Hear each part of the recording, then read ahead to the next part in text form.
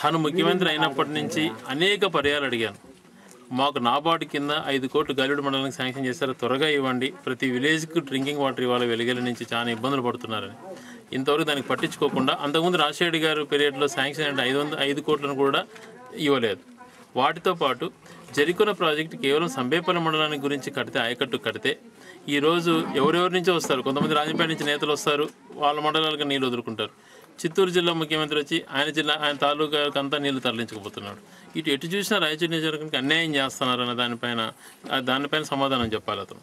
ముందుగా సంబేపల్లి మండలంలో నిర్మించినటువంటి చెరుకున ప్రాజెక్టు నుంచి 40 కోట్లతో చిన్న మండలం సంబేపల్లికి డ్రింకింగ్ వాటర్ ఇవ్వాలని, అదేవిధంగా వెలిగల నుంచి గాలివీడు మండలానికి ఇవ్వాలని, వాటితో పాటు రోడ్ల మడుగు పథకానికి అనేక పోరాటాలు మేము చేసి 18 కోట్లు సాధించుకోగలిగినాం వరల్డ్ బ్యాంకులో. ఇంకా 30 కోట్లు ఇస్తే రామాపురం లక్కడపల్లికి సరిపోతుంది.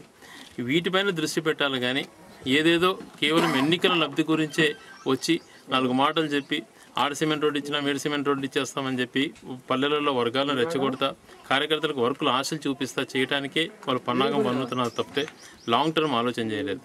వాటితో పాటు రాజశేఖర్ గారు పీరియడ్లో తనున్నంత వరకు కష్టపడి చేసినటువంటి వెలిగల్లు ప్రాజెక్ట్ అయితేనేమి, శ్రీనివాసపురం రిజర్వాయర్ తన హయాంలో అయినదే, జరిగిన ప్రాజెక్ట్ ఆయన హయాంలో కట్టిందే, వీటినన్నింటినీ పూర్తిగా కంప్లీట్ చేసి ఈ హంద్రీనీవా పథకానికి త్వరగా కంప్లీట్ చేసి 5 టీఎంసీలు రాయచూరు నియోజకవర్గానికి ఇచ్చేదానికి ఒక 6 నెలల లోపల ప్రణాళిక రూపొందించుకొని ఆ విధంగా ప్రయత్నం చేయగాని కల్లిబొల్లి మాటలతో మోసం చేయడానికి ఈ నియోజకవర్గంలో వర్గాలను రెచ్చగొట్టి ఆశలు చూపించడానికి మాత్రం రావద్దు.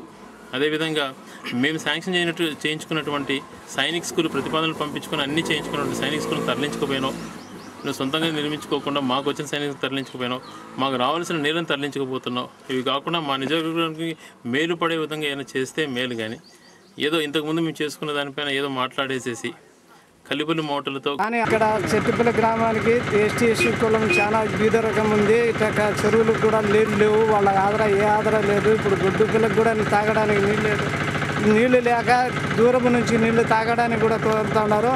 అటువంటి పరిస్థితిలో మా కణకుమార్ రెడ్డి అక్కడ పీలర్ తొట్టు తీసుకొని పోతున్నాడు. మాకు అంత అన్యాయం జరిగింది. ఎంతమంది పరిస్థితిలో మాకు రావాల్సినట్టుగా కోరుచున్నాము.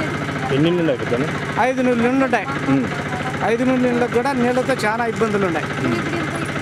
దానికి ఎంతమంది పరిస్థితిలో ఆ జరిపోయిన నీళ్లు రావాలని మేము కోరుచున్నాము. ఏ మండలం అది? సెమ్మపల్లి మండలం. సెమ్మపల్లి మండలంలో ఎంతమంది పరిస్థితుల్లో నీళ్ళతో చాలా ఇబ్బందులుగా ఉన్నాయి. ఎంతమంది పరిస్థితులు జరిపోయిన నీళ్లు రావాలా మాకు లేకుండా చేసి ఆ రాజకీయం ఉందని అట్లా ముఖ్యమంత్రి ఉన్నాడని ఆ పక్కన పీలర్ తోటి తీసుకొని వెళ్ళిపోయినాడు.